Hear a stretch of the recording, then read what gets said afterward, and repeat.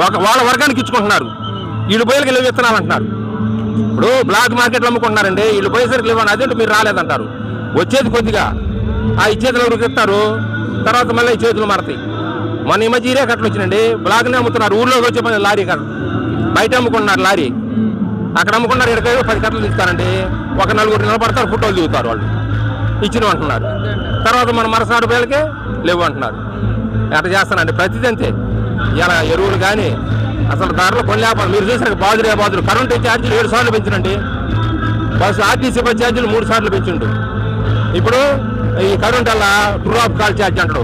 200 రూపాయలు పెడితే 200 400 వస్తుంది మొత్తం. ఇప్పుడు రైతుల కలర్ మీరు చూసారుగా, మోటార్లకి మీటర్లు బిగిస్తున్నారు. లోకడ ఉందండి, ఇంటర్నెట్లో స్లాబ్ విధానం ఇచ్చాడు, 50 రూపాయలు ఆసిపోరని. ఇవాళ అసలు అదే మీటర్ బిగిస్తాడు. రేపు అదే నాకు డబ్బులు మీరు గెలిపించారు, మరి నేను ఏడ పరిపాలన చేయాలంటే మళ్ళీ ఇవాళ కాడే డబ్బులు తీసుకుంటాను.